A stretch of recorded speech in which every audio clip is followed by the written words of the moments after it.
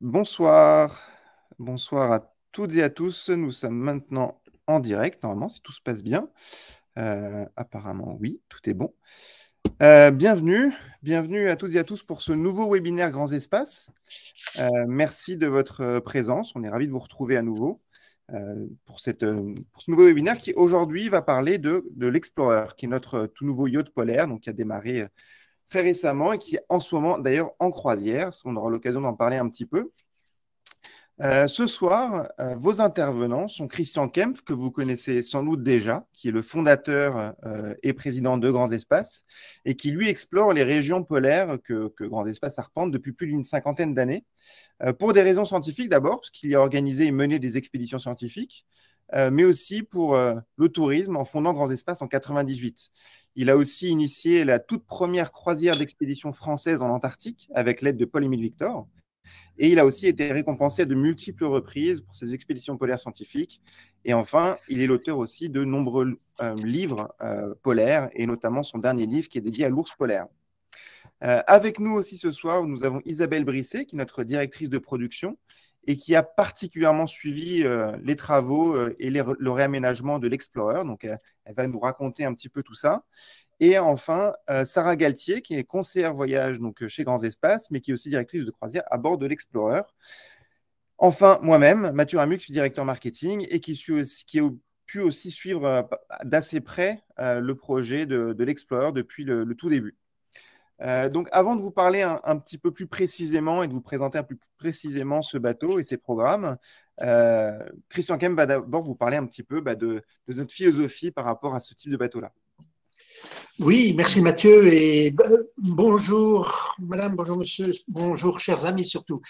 Vous savez, c'est pour moi un plaisir particulier aujourd'hui de parler. On a eu d'autres webinaires, on a eu d'autres rencontres, mais après des années Covid, après les bouleversements liés à cette guerre terrible en Ukraine, on était amenés, nous, comme d'autres, à devoir changer beaucoup de programmes, à devoir imprimer des catalogues et vous faire subir, je le dis clairement, des changements. Et nous subissons et nous avons subi.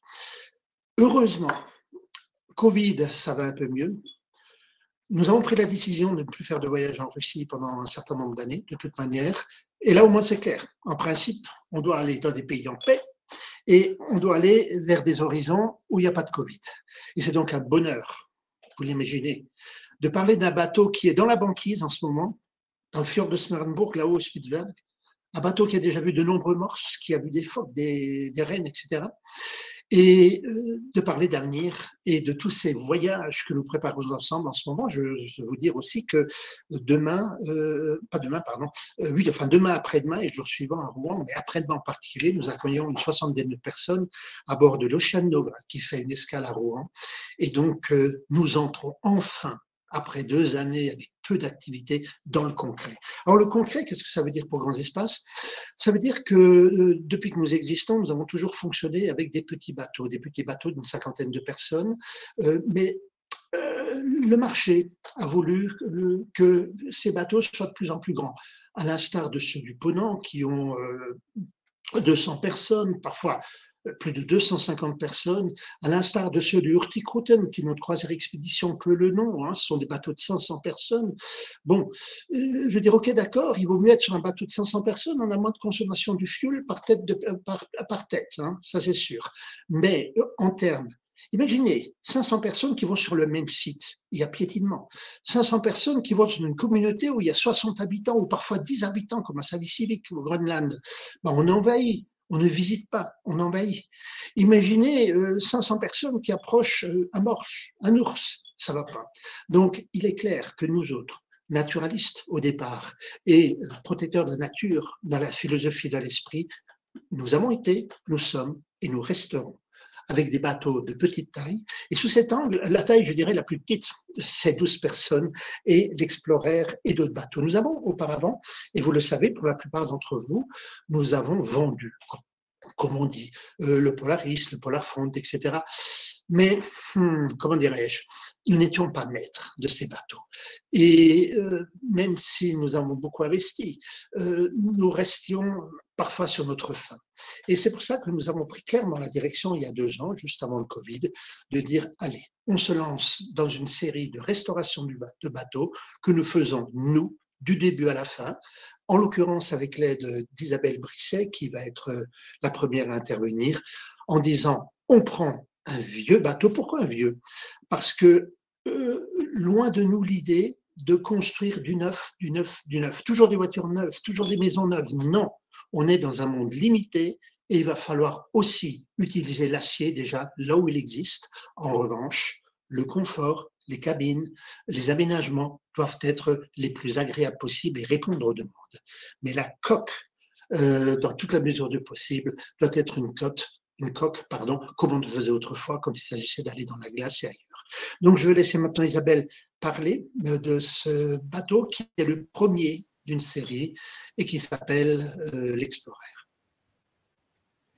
Mesdames et messieurs, bonsoir. Eh bien, je suis ravie de pouvoir vous expliquer un petit peu les travaux qui ont eu lieu pendant une année sur ce bateau. Alors, tout d'abord, l'histoire de ce bateau, ça c'est une photo du bateau à l'origine, qui était un bateau de la marine danoise qui a été construit pour installer et pour entretenir des bouées au Groenland.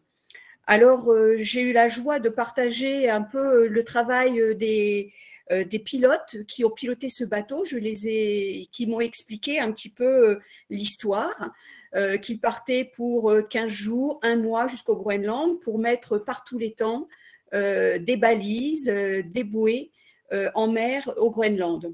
Donc, c'était très intéressant d'avoir un petit peu l'histoire de ce navire. Et ce navire, il a été donc restauré dans le port de Gdańsk en Pologne pour en faire un yacht polaire. Alors, vous allez le voir sur les photos suivantes, les travaux qui ont été faits. Donc, bien entendu, nous avons fait construire une grande salle, un grand salon, comme vous pouvez le voir là, au centre du navire, voilà, avec des grandes baies vitrées qui étaient extrêmement importantes pour pouvoir observer les paysages. Alors même assis, vous le verrez sur les dernières photos, on peut contempler dans cette vaste salle de 70 mètres carrés les panoramas. Et ça, c'est vraiment le gros plus, voilà, de ce navire. Là, vous voyez le salon terminé, comme il est convivial, clair et complètement tourné sur les extérieurs. Bien sûr, on a dû construire également quelques cabines. Donc ça, c'est encore une photo du salon, hein. On a construit quelques cabines. On a évidemment installé un sauna, un jacuzzi sur le pont, et le sauna est même panoramique avec une grande fenêtre pour voir les extérieurs également. Tout a été refait et restauré pour en faire un bateau extrêmement confortable. On a également repeint évidemment toute la coque, puisque nos bateaux seront tous noirs et blancs à l'avenir. Vous voyez un petit peu avant les peintures et vous avez vu après. Voilà un petit peu ce bateau qui a été complètement restauré à Gdańsk, où je me suis rendue pendant un an assez régulièrement, et pour pouvoir suivre chaque détail pour qu'il soit exactement comme on le souhaitait, avec les aménagements inhérents à des bateaux qui vont naviguer en Arctique. Donc, je vais laisser Mathieu vous montrer maintenant des photos du bateau terminé, et il va vous expliquer un petit peu toutes les prestations qui ont été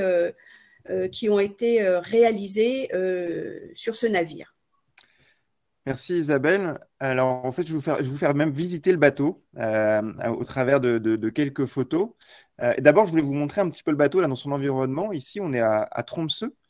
Et là, le bateau, on le voit sur cette photo. Alors, je vais zoomer un petit peu plus. Et et un petit peu plus, en fait, il est là. Donc voilà, donc derrière, on a deux autres bateaux. Alors celui derrière, j'ai oublié lequel c'était, mais celui qui est encore derrière, c'est le Polaris de Hurtigruten. Donc voilà, c'est pour donner un petit peu une échelle du bateau, pour montrer vraiment la différence de taille.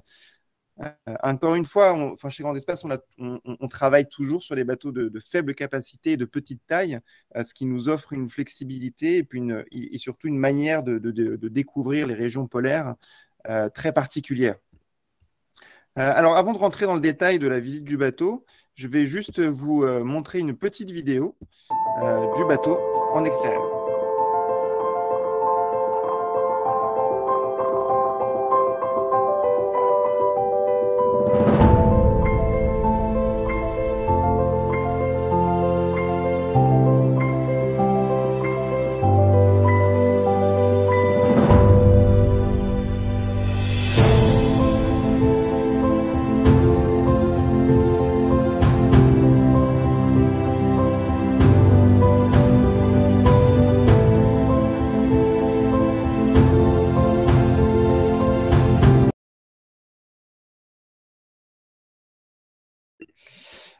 Donc voilà, ça c'était juste pour le petit visuel extérieur. Maintenant, je vais vous faire visiter le bateau pont par pont. Donc on va d'abord démarrer par le premier pont, donc le pont qui est tout en bas, qui est là où nous avons les premières cabines, donc qu'on va appeler les cabines standards et les cabines standards supérieures, un peu plus grandes. Donc d'abord, vous avez les cabines standards, donc qui sont des cabines de 14 mètres carrés, avec un design assez raffiné et surtout très confortable. Le grand avantage de ces cabines, c'est notamment leur luminosité. Au sein de toutes les cabines qu'on a de passagers, c'est les plus grands hublots possibles à installer. C'est-à-dire qu'on ne pouvait pas installer des hublots plus grands, simplement parce que la législation ne permettait pas. Donc, il n'y a pas plus grand, justement pour pouvoir laisser rentrer un maximum de lumière et aussi pour pouvoir profiter des paysages, même depuis sa cabine. Ici, sur les photos, on voit que donc, les lits sont séparés. Il est aussi possible de les rejoindre, donc de les rejoindre en lit double pour les personnes qui le souhaitent.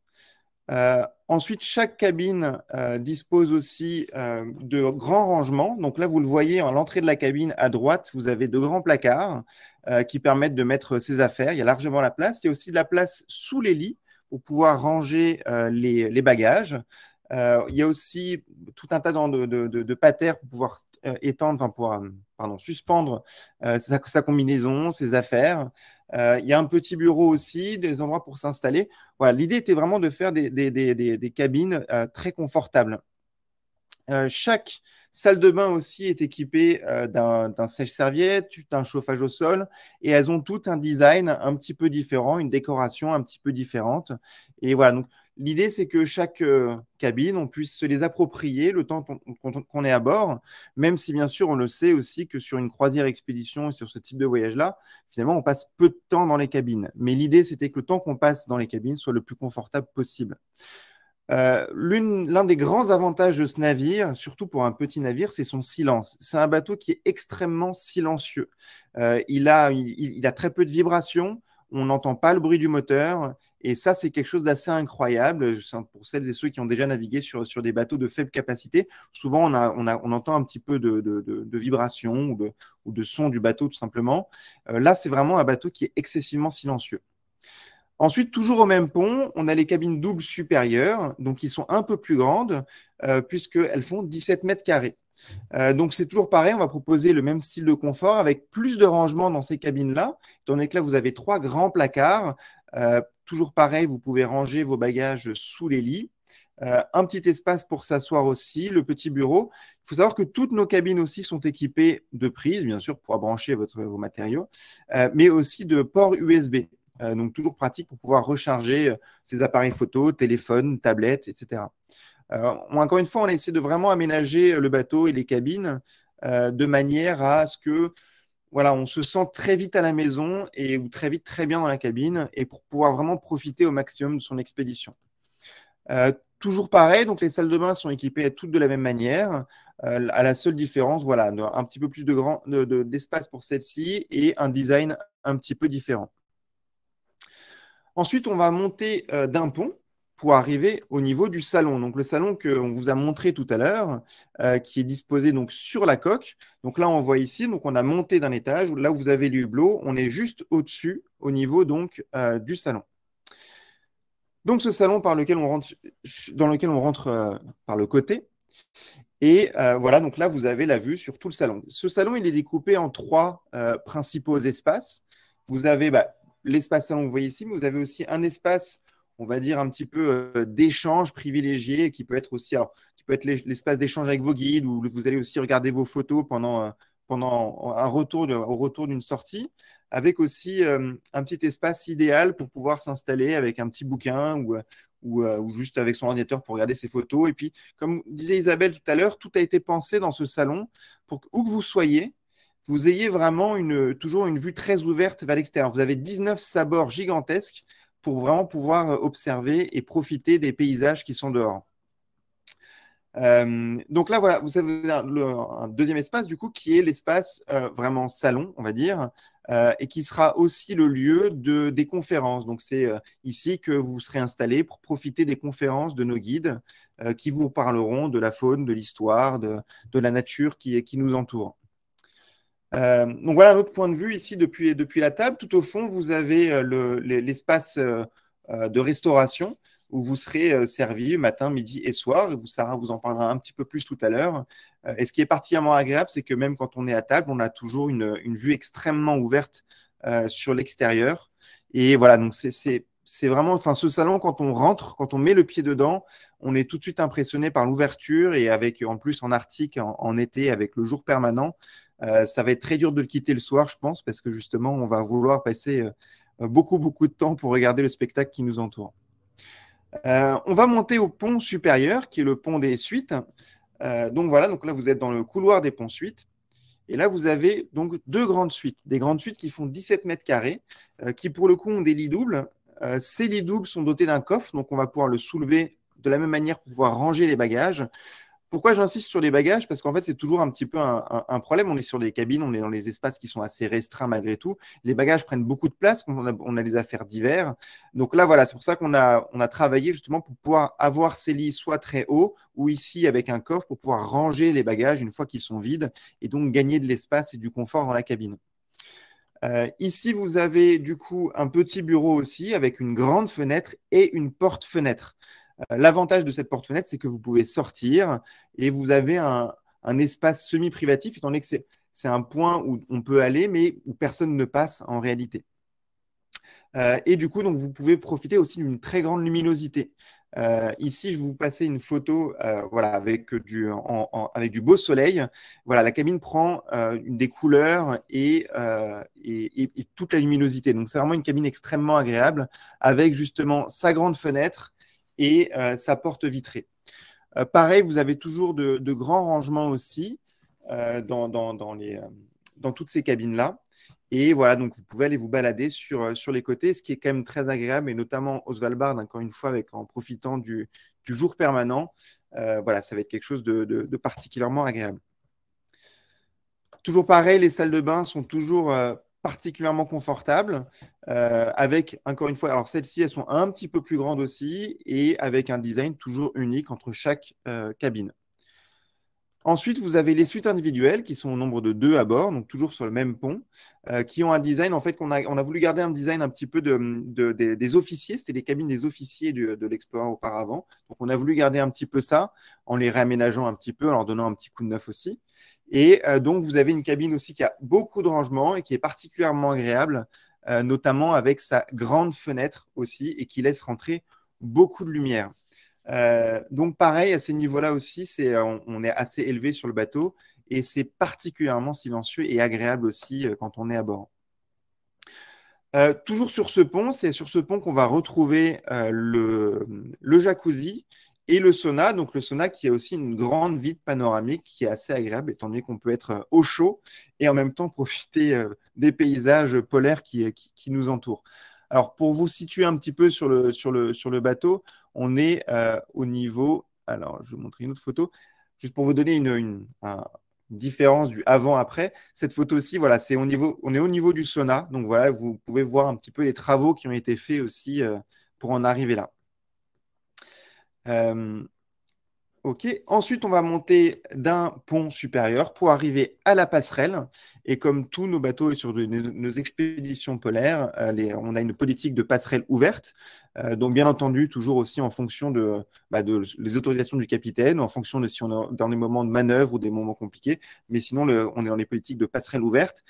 Et cette passerelle est particulièrement impressionnante parce on est très haut sur le bateau. Comme vous avez pu le voir, je vais vous remontrer sur une photo extérieure du bateau. Donc, vous voyez, la passerelle est très élevée. Donc, ce qui donne un champ de vision à quasiment 360 degrés et on a de grands espaces vitrés. Ce qui fait que c'est un endroit vraiment dans lequel on va passer beaucoup de temps. Et voilà, avec une passerelle aussi grande, on va vraiment pas se marcher dessus, surtout sur un bateau de 12 places. L'autre grand avantage de ce bateau, c'est qu'on y a installé à l'arrière de la passerelle un salon cockpit. Et donc, ce salon cockpit est entièrement vitré aussi. Et donc, vous pourrez ici profiter, discuter avec vos guides aussi qui vont prévoir les itinéraires des jours suivants, profiter des paysages, vous prendre vos jumelles aussi et essayer de spotter et trouver des ours polaires. Voilà, c'est vraiment un lieu hyper agréable. Et du coup, vous pouvez sortir par la porte qu'on voit et vous allez arriver justement sur cet espace extérieur où vous pouvez vous asseoir. Il y a 4 bancs pour s'asseoir. Et alors là, l'avantage, c'est qu'en navigation, vous êtes à l'abri du vent. Et donc, on peut profiter des paysages. Et voilà, donc c'est encore un très, très bel espace. Le grand avantage de ce bateau, c'est qu'il a été vraiment porté vers les extérieurs.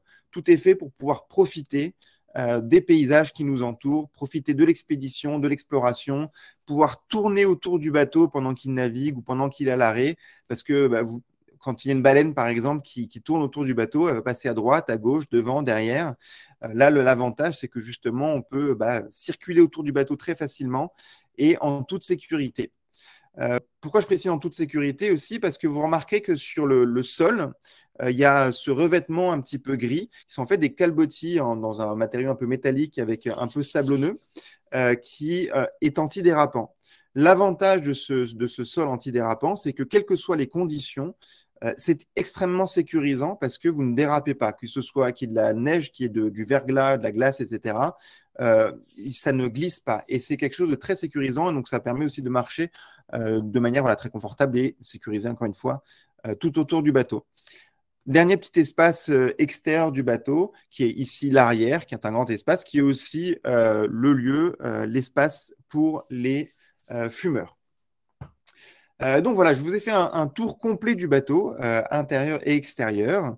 Et maintenant, je vais laisser la parole à Sarah, qui va vous parler des services à bord et de comment ça se passe un petit peu au quotidien à bord de l'Explorer. Voilà, Sarah, je te laisse prendre la parole.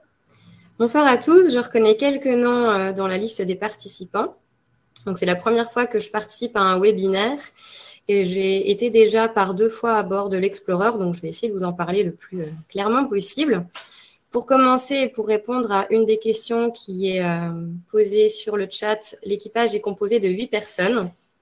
Donc, le capitaine qui parle anglais, le second du capitaine, les matelots, le chef mécanicien qui est également ingénieur, le chef cuisinier et le personnel hôtelier. Voilà, des photos qui illustrent les personnes qu'on a pu rencontrer à bord. Mais il y aura également vos guides conférenciers présents sur l'ensemble de nos croisières et votre directrice de croisière. Actuellement, c'est Laura Dreano qui se trouve sur notre croisière à destination du Spitzberg. Alors, concernant la restauration, donc comme Mathieu et Isabelle vous l'ont montré, des grandes baies vitrées, des grands sabords qui vous laissent une visibilité incroyable sur l'extérieur. Donc, ce qui est tout à fait appréciable lors des différents repas, tout se passera dans le salon. Donc, le salon qui est accessible directement quand vous arrivez sur le bateau et dont on a pu bien profiter, à savoir lors des traversées, des paysages, observation des oiseaux, les cétacés. Enfin, voilà, c'est assez agréable de pouvoir observer tous ces beaux paysages en étant à table. Donc, le premier repas de la journée, c'est le petit déjeuner. Le petit déjeuner, vous pourrez y retrouver comment je pourrais dire, une sélection de jus, de céréales, de yaourts, avec café, thé, évidemment. Concernant les plats à la demande, vous pouvez avoir des pancakes également frais, pain du jour et des œufs de différentes façons. Il faut juste le préciser à Francis que vous pourrez retrouver à bord de l'Explorer. Le déjeuner également se passe à table. Donc là, vous pourrez avoir une sélection de plusieurs entrées pour vous servir. Le plat sera à l'assiette, fromage, dessert également. Ensuite, on passe au goûter. Évidemment, quand on rentre des excursions, c'est toujours agréable de pouvoir trouver des petits cakes, des pâtisseries, voilà, des sélections sucrées avec un thé, café ou chocolat. Pour le soir, donc le dîner, tout se passe à l'assiette avec présentation du chef que l'on peut retrouver à droite des photographies. Vous aurez également une sélection de boissons qui seront incluses dans le forfait de votre réservation, d'autres boissons non incluses comme les liqueurs, alcool fort. Donc, comme je vous disais, les repas se placent au niveau du salon, mais il y a également un barbecue qui est positionné pour vous permettre, voilà, lorsque le temps évidemment est assez clément, de déguster et de manger vos repas à l'extérieur. Alors, ensuite, concernant le service hôtelier, du passage est prévu tous les jours dans vos cabines pour veiller au bon suivi des équipements. Des conférences également qui seront présentées dans le salon panoramique, toujours. Vous pourrez également retrouver, comme mes collègues vous l'ont déjà dit, le sauna. Donc, sauna, jacuzzi sont accessibles au niveau du pont suite, comme vous avez pu le constater. Mais il faudra demander à un membre de grands espaces de pouvoir prévenir l'équipage. Par exemple, pour le jacuzzi, il faut 24 heures pour le chauffer. Pour le sauna, 3 heures environ. Donc, voilà, c'est bien de pouvoir prévenir quand même ce genre de prestations. Vous aurez également une salle de fitness pour pratiquer du sport si vous le souhaitez, en plus des excursions qui vous sont proposées. Donc, vous avez un tapis de course, un vélo elliptique, plusieurs tapis de yoga ou autres sports évidemment, et des haltères. Voilà pour ce qui est des sports entre guillemets. Et donc, il y a une boutique que vous retrouverez également dans le salon panoramique où vous pourrez retrouver des livres polaires, des accessoires, des tours de cou qui ont été réalisés par Isabelle, des cotons démaquillants lavables également pour l'aspect écologique, très important, et du nécessaire de bien-être si jamais vous avez un oubli ou besoin de quelque chose. Une bibliothèque se trouve juste à côté, elle sera accessible en permanence, avec une sélection de livres polaires édités par l'Escargot Savant, des guides également des régions et des pays que vous allez pouvoir traverser et rencontrer. Et seront également prêtés à bord de l'Explorer des jumelles, des bottes. Donc, il est très important de pouvoir nous donner vos tailles avant réservation. Et également des gilets de sauvetage et des combinaisons pour vos excursions à bord des Zodiacs. Et je pense à quelque chose que j'ai oublié de vous mentionner concernant les repas. Si possible, de nous préciser lorsque vous avez des allergies alimentaires à la réservation. Comme ça, ce sera d'autant plus agréable pour vous à bord. Je pense que c'est bon pour ma partie. Merci Sarah. Alors, il y a beaucoup de questions dans le chat. Je te laisse les noter un petit peu, parce qu'on va essayer d'y répondre un petit peu plus largement aussi à la fin de la conférence pour que tout le monde puisse en profiter. Oui. Donc voilà, donc c'est juste, je te dis qu'il y a beaucoup de questions sur tout un tas d'aspects sur les croisières polaires, les croisières à bord du bateau, etc. Donc voilà, on va essayer d'y revenir plus largement. On a essayé d'y répondre assez rapidement dans le chat. Continuez à poser vos questions. On va les garder de toute façon. On y répond en même temps. Et on reviendra encore une fois à la fin de la conférence pour répondre à un maximum de questions. Je vais reprendre un tout petit peu, juste pour vous parler, du bateau actuellement, pour faire un petit clin d'œil, parce que le bateau est actuellement en navigation et il est actuellement en navigation au Svalbard. Donc voilà, il est là-haut, tout au nord du Svalbard, donc au nord de l'île du Spitsberg, plus exactement, dans le fjord de Smerenburg, qui est au nord du fjord de la Madeleine. Et ils sont remontés, justement, ils sont partis de Tromsø, en passant par l'île à l'ours, pour remonter jusqu'à l'archipel du Svalbard. Et cette remontée, alors on est très tôt dans l'année, hein, donc c'était une remontée assez fraîche. Ils ont eu des températures assez fraîches et en même temps des paysages magnifiques. Mais du coup, voilà, donc là, on est à une époque de l'année où il fait froid, donc ça a donné, avec les embruns, ça a gelé comme ça sur la coque, donc donnant des images particulièrement belles et particulièrement uniques. Et voilà, ça c'est une petite photo de leurs excursions d'il y a quelques jours seulement. Il faut savoir que, bah, voilà, toujours, on est très très loin, on est dans des expéditions, donc on n'a pas Internet comme on l'a à la maison ou en France, sur le continent tout simplement, ou proche des grandes villes. On ne capte pas tous les jours, donc voilà, on a pu avoir quelques photos sur leur première sortie. Maintenant, on a un peu plus de mal à les avoir.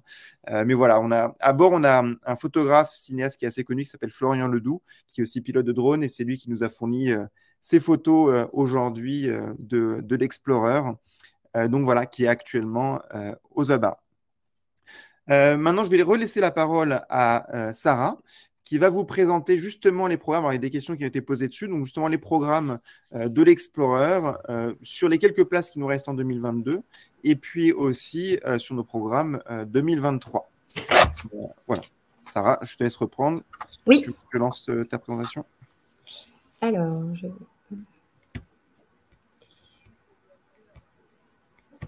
désolée, je suis en train de... Il n'y a pas de problème. Sinon, je te le lance. Non, c'est bon, je pense. C'est super. Je pense que c'est bon, voilà. Alors, on va commencer. Donc, je vous ai recensé les différentes croisières que l'on propose à bord de l'Explorer. Il reste quelques places en 2022, mais donc évidemment beaucoup de places en 2023 si 2022 est un peu court pour vous. Donc, alors, je ne suis... Mince, oui, j'ai un peu avancé, désolée.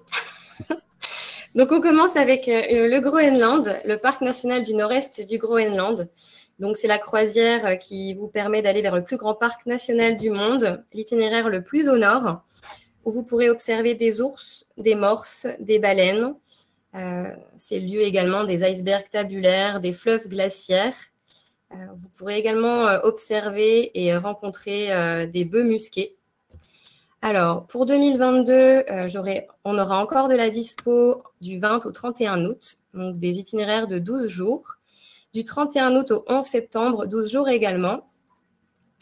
Et en 2023, nous proposons 7 croisières de 13 jours, soit un jour supplémentaire du 29 août au 10 septembre ou du 10 au 22 septembre, 13 jours également. Donc, je vous laisserai vous rapprocher du bureau et de la réservation si l'une de ces dates ou si vous avez des questions pour l'une de ces croisières par ailleurs.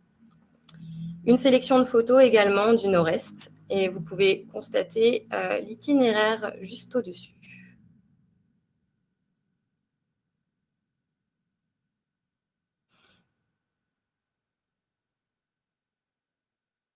Donc ensuite, on passe au Spitzberg, le voyage printemps polaire. Encore quelques dispos, dépêchez-vous si jamais cela vous intéresse. Du 15 au 24 mai 2022, croisière de 10 jours. Donc vous pourrez observer et rencontrer de la banquise, des fjords entourés de pics enneigés, glaciers, des ours, des morses, des phoques également. Et donc, je vais passer ensuite... Bon, quelques petites photos quand même avant.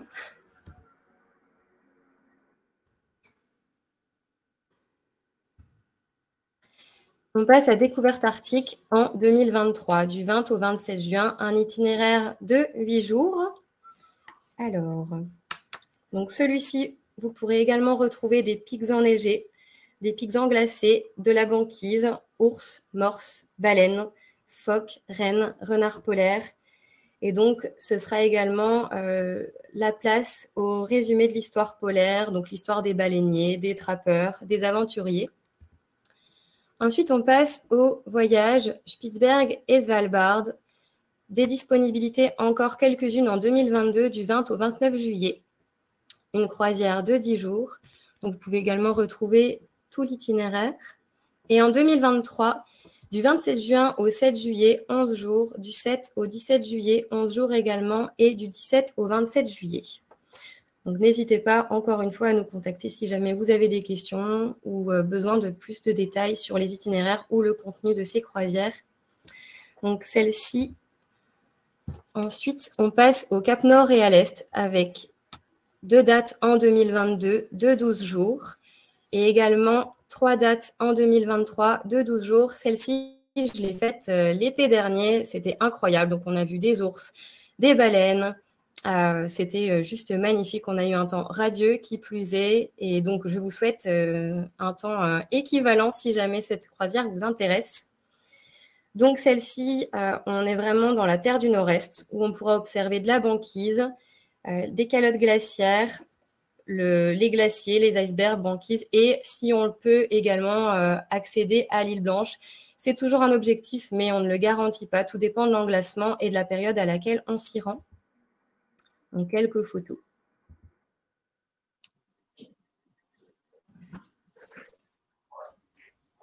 Donc, ensuite, on passe à la croisière Ours Blanc et couleurs d'automne. Une seule date en 2023, du 22 septembre au 3 octobre, soit 12 jours.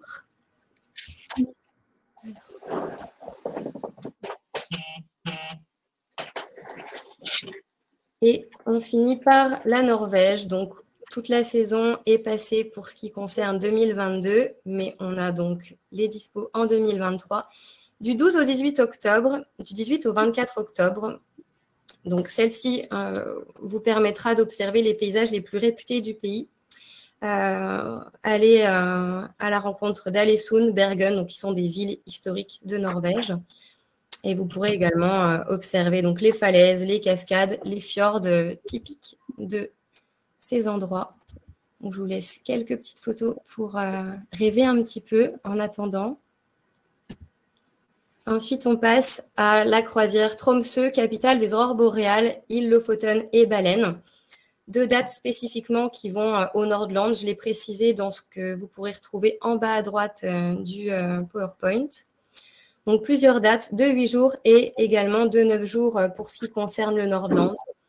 Donc là, ça sera vraiment le lieu propice pour observer les aurores boréales, des baleines, donc les orques. C'est à ces endroits que vous aurez les plus grands bancs de poissons.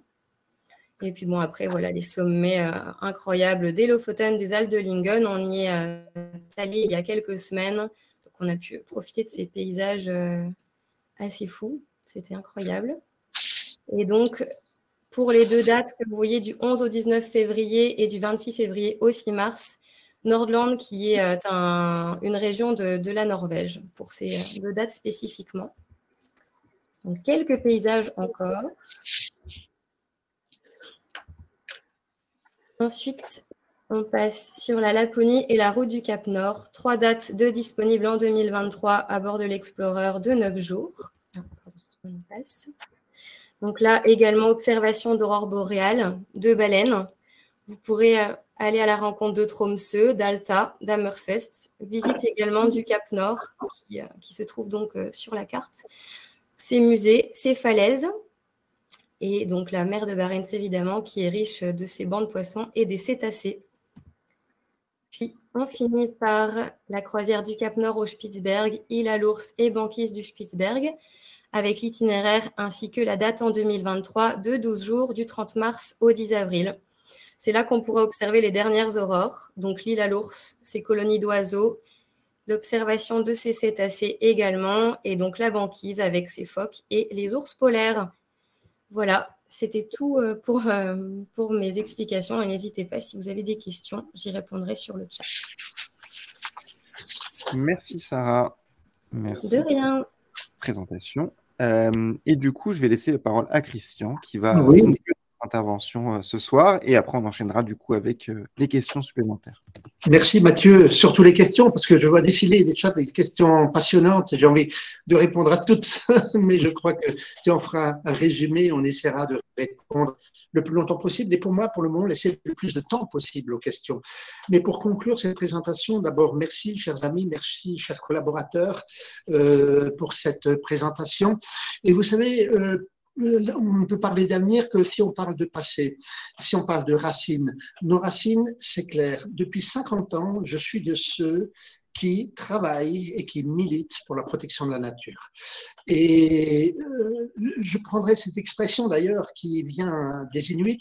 Les Inuits disent toujours, les Esquimaux polaires, qu'il faut 3 paix. La paix intérieure, sans laquelle nous n'existons pas. la paix entre les hommes. Et c'est vrai que les Inuits ne sont jamais fait la guerre. Et puis la paix de l'homme par rapport à la nature qui lui permet de vivre. C'est cette image qui constitue notre racine. Et puis d'autre part, vous savez, il n'y a pas non plus d'avenir sans histoire. Et l'histoire récente, mes chers amis, c'est vous. C'est vous. Je devrais dire chers clients, hein, tout simplement parce que certains d'entre vous, depuis 2 ans, plus parfois, nous ont fait confiance au gré de reports, au gré de changements de bateau, au gré d'une, 4e vague de Covid, au gré d'une guerre déclenchée malheureusement par cet homme du Kremlin. Ma foi, on a été amené à chaque fois, on vous a brutalisé parfois. Certains ont annulé, ils ont été remboursés, d'autres nous ont fait confiance. Alors à toutes celles et tous ceux qui sont restés, qui nous ont fait confiance, je vous dis sincèrement du fond du cœur, un grand merci. Maintenant, l'avenir. L'avenir, c'est, et ce sont évidemment ces voyages à bord de l'Explorer, du Nanook et bientôt d'un autre bateau. Ce sont ces voyages à bord de l'Ocean Nova que nous allons continuer pendant au moins 3 ans encore. En clair, pas de bateau de plus de 75 places pour le moment.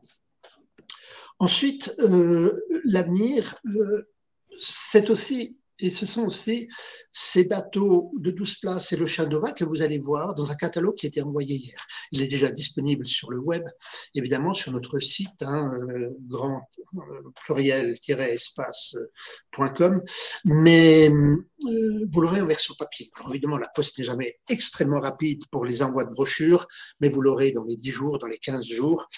C'est la nouvelle édition du catalogue suite à l'annulation de tous nos voyages en Russie. Donc, vous l'aurez et je vous invite à vous inscrire si cela vous intéresse. Encore une fois, pour nous, sincèrement, ce n'est pas une question de trésorerie ou quoi que ce soit, mais ces bateaux se remplissent vite, très vite, je vous le dis avec beaucoup de sincérité. Et on a hélas déjà parfois des gens, même 2-3 groupes de 12 personnes qui ne trouvent pas de place sur ces petits bateaux. Donc, réagissez assez rapidement, s'il vous plaît, si véritablement cela vous intéresse. Et puis enfin, l'avenir à plus long terme. Je dirais que pour nous, le décarboné, le vert, la protection de la nature importe. Et en termes de voyage, il y a 2 réponses. Premièrement, petit groupe et deuxièmement, croisière. Notre planète est recouverte à 70% d'eau. Le monde marin est énorme et gigantesque. Il y a de la place pour du monde. Il y a même de la place pour des îles flottantes, mon Dieu. Mais le long des côtes, ce sont des écosystèmes extrêmement fragiles. C'est là où vivent des gens, parfois depuis des millénaires, et il faut faire très attention. Et c'est pour ça que l'approche de ces terres, que ce soit vers les communautés, que ce soit vers les endroits de nature vierge où vivent les animaux, nous le faisons avec beaucoup de précaution. Et donc notre avenir restera un avenir de petits bateaux comme celui que vous voyez à l'image. Mais maintenant, je voudrais surtout, avec plaisir, bonheur, que nous tous puissions, et j'aimerais répondre à quelques questions, mais c'est Mathieu qui va nous les transcrire. Alors, il y a une question qui vient de tomber tout juste dans le chat par rapport à l'utilisation de l'Heritage Adventurer en Antarctique qui emmène 135 passagers. Je peux peut-être répondre, Mathieu? Je te laisse répondre. Oui, c'est à moi de répondre parce que c'est l'exact inverse de ce que j'ai dit. Alors, vous savez, quand il y a une règle, il y a toujours une exception. Alors, c'est quoi aller d'Australie ou de Nouvelle-Zélande en Antarctique de l'Est? 7 jours de mer, avec certes des escales sur des îles, qui sont les mers parmi les plus démontées du monde. Nous l'avons déjà fait avec un bateau de 50 places. Tous les hivernants qui vont en Terre Adélie, des expéditions polaires françaises ou l'actuel Institut de recherche polaire français, vous le diront, on est 7 jours dans le lavabo, quoi. Voilà, dans les toilettes. Il nous faut prendre un bateau plus grand, plus stable pour aller dans cet endroit. Il n'y a aucun petit bateau qui peut y aller. Je dois vous le dire avec beaucoup de sincérité, nous avons même essayé, nous, il y a quelques années, de prendre le Hans Hansen pour aller simplement en péninsule antarctique. Nous avons arrêté. On n'a pas eu de blessés graves, on a eu 2 blessés. Ça bouge de trop, c'est hors des limites de la sécurité. Donc, il y a une exception, c'est quand on va vers les mers de fous, il faut avoir un bateau le plus stable possible. Et c'est pour ça que nous avons pris un groupe francophone, que nous aurons un groupe francophone au sein d'un bateau exceptionnellement de 135 places. Merci. Alors ensuite, sur d'autres questions, on avait une question sur est-ce qu'il existe un accompagnement spécial pour les débutants pour ces voyages? Je vais me permettre de commencer à répondre. Après, question, si tu veux ajouter quelque chose, n'hésite pas, ou Sarah aussi, bien sûr. En fait, très simplement, je vous invite à appeler notre bureau, tout simplement. Nos conseillers et conseillères pourront répondre. En fait, la politique de Grands Espaces est que toute personne qui travaille chez Grands Espaces part au moins une fois par an. Alors, on a eu 2 ans de Covid, mais à bord des bateaux pour les connaître, pour connaître les destinations et pour savoir de quoi on parle. C'est essentiel parce qu'on parle vraiment de croisières extrêmement particulières, lointaines, loin de tout. Donc, il faut savoir de quoi on parle et surtout quand on a quelqu'un au téléphone qui ne connaît pas et qui veut découvrir ces régions pour la première fois. Donc, voilà, donc, je vous invite vraiment à appeler nos conseillers, notre service client, qui va pouvoir vous parler des bateaux, pouvoir vous parler du quotidien. Mais voilà, si je peux vous rassurer en tout cas dès maintenant, débutants ou pas, en général tout le monde est débutant parce que la plupart des gens partent une fois. En général, c'est la destination d'une fois, la destination d'une vie. Donc en général, on ne part qu'une seule fois et les voyages sont extrêmement accompagnés. Sur chacun de nos bateaux, vous allez avoir un chef expédition, une équipe de guides qui sont des scientifiques, des naturalistes, des spécialistes des régions polaires, mais qui sont aussi entraînés et formés pour pouvoir justement vous accompagner dans ces destinations particulières, que ce soit pour vous encadrer en termes de sécurité, mais aussi en termes de connaissances à partager sur ces régions. Donc voilà, soyez vraiment rassurés, tout est fait pour que vous puissiez vraiment profiter au maximum de votre voyage et vraiment que ça devienne le voyage d'une vie que vous n'oublierez jamais. Vous savez, quand on va vers un pays qui est le Svalbard, par exemple, où il y a plus d'ours blancs que d'hommes, où les journées durent 24 heures, il n'y a pas de nuit, où, mis à part 3 agglomérations, il n'y a ni maison, ni voiture, ni route, ni rien du tout, on est tous débutants. Et c'est pour cela que pour les Inuits, il y a 40 mots pour parler de neige et de glace. Nous, on en a 2. Et c'est le but de nos guides, justement, de prendre un morceau de glace, de prendre un caillou, de vous faire regarder une fleur et de vous en parler. Et de vous montrer la richesse de ces milieux, qui est une richesse qu'on ne connaît pas, tout simplement. Parce que sous ce milieu, il y a en plus du pétrole, il y a des enjeux géostratégiques gigantesques, énormes, avec la Russie et la Chine notamment. Et donc, c'est notre rôle. Nous allons dans ces endroits. Et vous savez, je dois vous faire une confidence. J'étais professeur d'université. J'ai beaucoup voyagé dans le Grand Nord. Et chaque fois que j'y vais, je me dis, Christian, mais tu connais que dalle, quoi. On est tous débutants. Venez, vous êtes tous des débutants. Merci. Il y avait une question qui a été répondue dans le chat, mais que je vais reprendre, qui est est-ce qu'il existe des croisières qui regroupent les Lofoten et le Svalbard? Donc, comme l'a dit Christian d'ailleurs dans sa réponse, il n'y a pas de croisière qui fait Lofoten jusqu'au Svalbard spécifiquement parce que c'est très éloigné. Par contre, on a des croisières qui partent de Tromsø, du Cap Nord et qui vont remonter ensuite jusqu'au Svalbard, qui est notamment la croisière qui est actuellement en cours, qui est partie de Tromsø. Il n'y a pas beaucoup de programmes comme ça. Je vous invite, c'est pour ça que si vous souhaitez faire ce type de voyage-là, je vous invite à vous inscrire très rapidement. Je n'ai pas regardé les places, je pense qu'il reste quelques places sur 2023. Il n'y en aura plus sur 2022 en tout cas.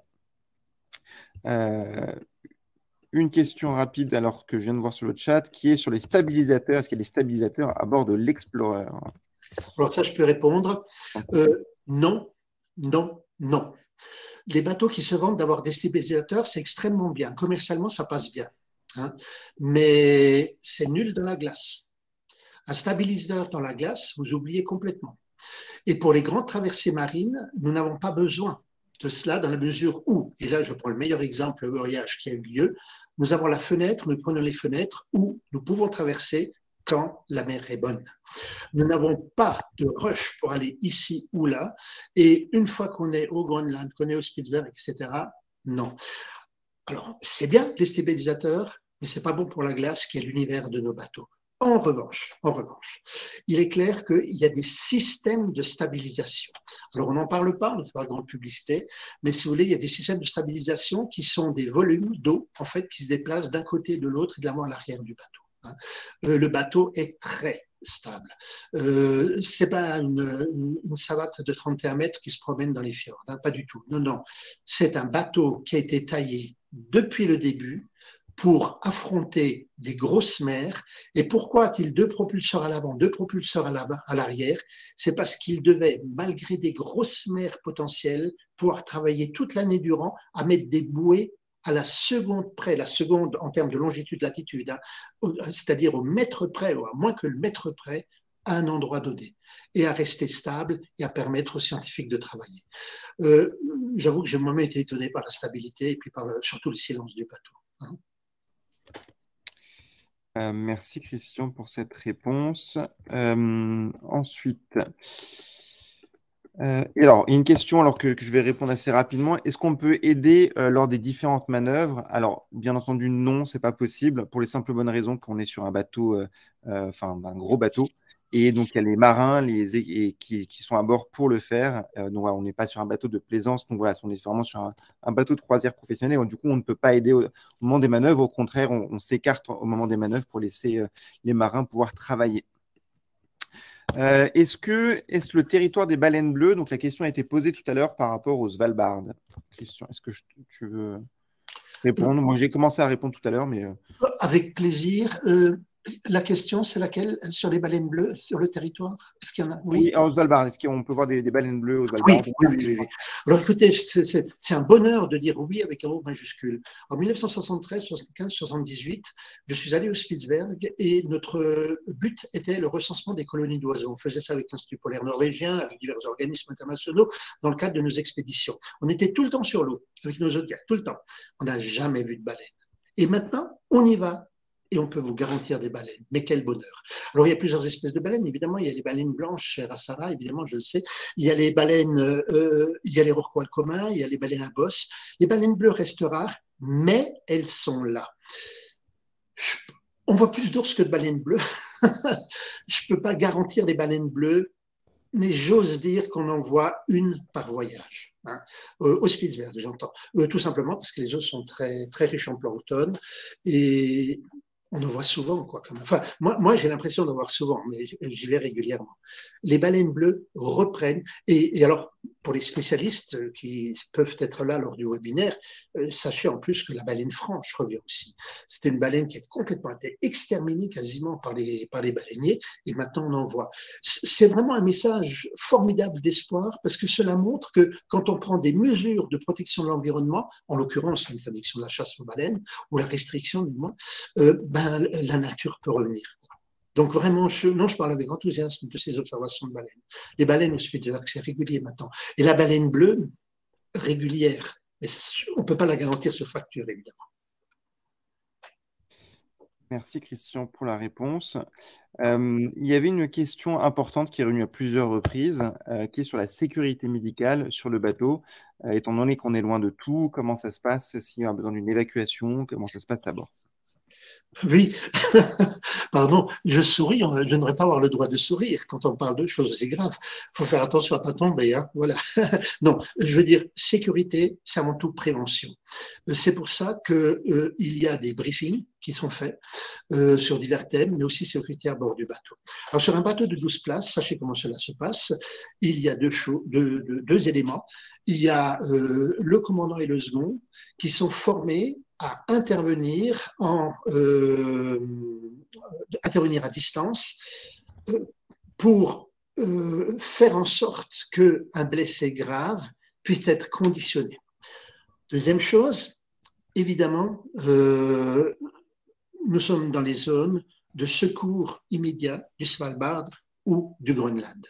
Alors sur ce voyage, sur ce bateau, on a, nous, Grands Espaces, pris le parti, de même que sur nos autres petits bateaux à venir, d'avoir quelque chose d'un peu particulier, pardon pour le chose, parce que ce sont des personnes magnifiques. Nous avons un directeur ou une directrice de croisière qui d'un côté peut servir comme troisième guide, qui d'un autre côté est notre représentant à bord, mais qui est un infirmier ou une infirmière. Ce qui fait que s'il s'agit de choses bénignes, nous avons quelqu'un à bord, mais nous ne le mettons pas dans les brochures. Ce n'est pas contractuel, je dirais. C'est un service qu'il y a, point à la ligne. Mais nous n'avons pas besoin, nous ne sommes pas tenus d'avoir d'infirmiers ou de docteurs à bord. Merci Christian. Il y avait une question par rapport aux aurores boréales au Svalbard. Pour répondre rapidement à la question, on est en Arctique en été, donc on est en plein jour 24 heures sur 24, donc on ne peut pas voir d'aurore boréale à cette époque de l'année au Svalbard. Pour pouvoir en voir, en fait, il faut simplement qu'il fasse nuit. C'est pour ça qu'on propose des voyages en Norvège, notamment Norvège du Nord, pour voir les aurores boréales en hiver, mais aussi au Groenland avec une série de voyages qui seront à bord du Nanook en l'occurrence, entre l'Islande et le Groenland en janvier, février et mars. Et aussi, c'est aussi possible d'en voir au sud du Groenland, plutôt dans l'année, enfin en fin d'année, plutôt du coup vers septembre-octobre. Donc voilà. Mais du coup, en Arctique, en été, à partir du moment où il y a du jour, de toute façon, tout simplement, on ne peut pas avoir d'aurore boréale. Pour ça, il faut qu'il fasse nuit. Et après, il faut avoir un petit peu de chance aussi, parce qu'il faut quand même réunir un certain nombre de conditions, notamment la puissance des éruptions solaires, et puis aussi, bien sûr, que le temps soit découvert, qu'il n'y ait pas forcément une trop grosse lune non plus, parce que si c'est une pleine lune, ça fait trop de luminosité, donc on peut moins bien les voir en fonction de la force de l'aurore. Donc voilà, ça c'était pour la question sur les aurores. Et une question qui a été posée sur l'Explorer, sur les zones de navigation, est-ce qu'il allait en Antarctique? Aujourd'hui, il va, donc, comme on vous l'a montré, au Groenland, au Svalbard, en Norvège. Et Christian, je te laisse intervenir dessus si tu veux. Oui, absolument. J'interviens avec plaisir à deux niveaux. D'abord, un niveau un peu général. Par le passé, et peut-être à l'avenir, nous avons pris des bateaux qui étaient à la fois dans l'Arctique et dans l'Antarctique. Mais croyez-moi, chers amis, dans 10 ans, dans 15 ans, ce ne sera plus du tout à l'ordre du jour. C'est pourquoi? C'est que nous avons plus de 30 jours entre l'Arctique et l'Antarctique à consommer du pétrole, à l'aller et au retour, 2 mois. Et notre politique, à nous, grands espaces, va être de placer un bateau dans l'hémisphère sud, dans les fjords du Chili, en Patagonie, qui peut remonter jusqu'aux Galapagos, aux îles Chincha au Pérou, etc. Bon, voilà, éventuellement, et qui ira en Antarctique, Mais de garder les bateaux dans l'hémisphère nord, tout simplement pour ne pas simplement brûler du gaz, quoi, voilà. Enfin, de l'essence, vous avez compris, même si c'est du fioul léger. Et d'un autre côté, en revanche, d'offrir des programmes en ouvrant des destinations.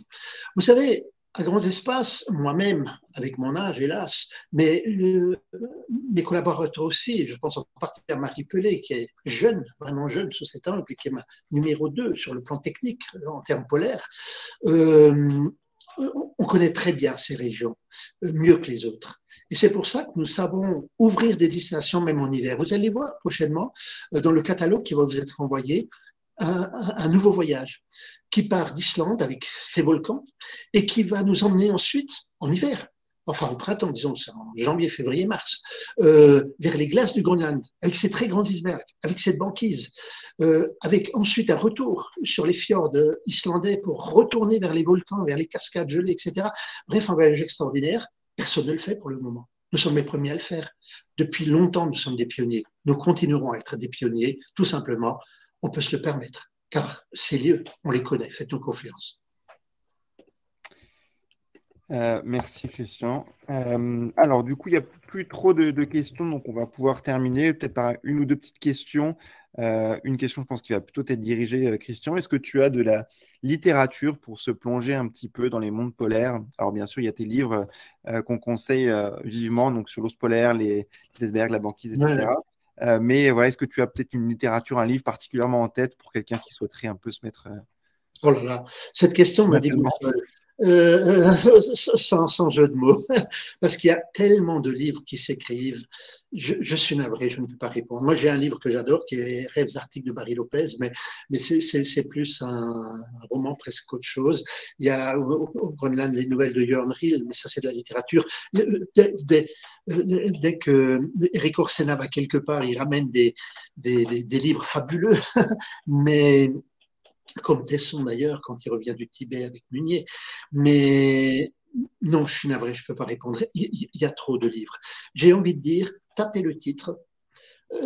C'est curieux parce que cet après-midi, on est en train de conforter la bibliothèque à bord de l'Explorer. Hein, et je viens de commander 50 livres pour l'Explorer. Hein, et puis, dans tous les livres qu'on trouve sur Amazon et ailleurs, je n'avais pas les derniers rois de Tulé de Jean Mallory. Alors, j'ai tapé Dernier roi de Tulé.